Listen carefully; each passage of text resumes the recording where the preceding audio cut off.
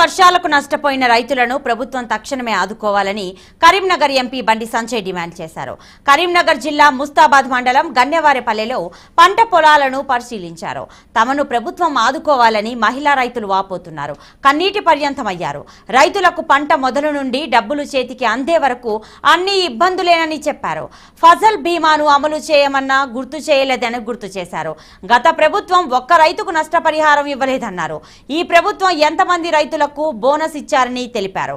రైతులు నిజాయితీగా అడిగిన ఎకరాకు 20,000 నష్టపరిహారం ఇవ్వాలని డిమాండ్ చేశారు.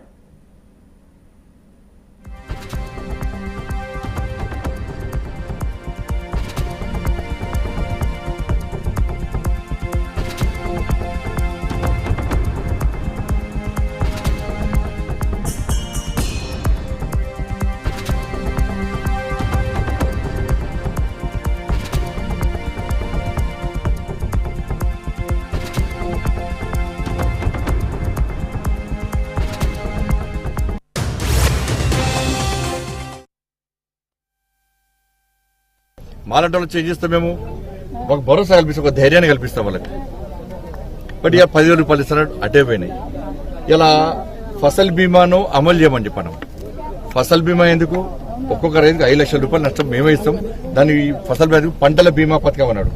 పంటల బీమా పథకం ఏమైంది? ఒక్క రైతు ఆదుకునే దాఖలు 10 సంవత్సరాల గత ప్రభుత్వంలో 10 సంవత్సరాల ఏ ఒక్క రైతు కుటుంబానికి ఒక్క నయా పైసా ఇచ్చిన దాఖలాలు, ఒక్క పైసా ఇచ్చిన దాఖలాలు.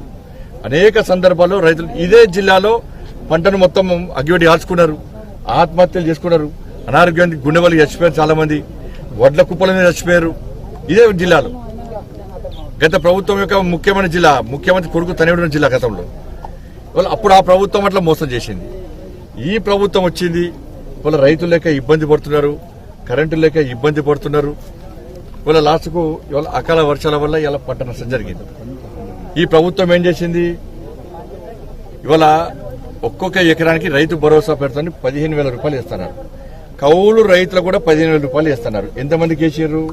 ఇలా ఉపాధి కూలీలకు, ఇలా ఉపాధి దానికి వ్యవసాయ దాన్ని అనుసంధానం చేస్తున్నారు. చేసి 12,000 రూపాయలు ఇస్తున్నారు. ఎంతమంది ఉపాధి కూలీలకు 12,000 రూపాయలు ఇచ్చారు?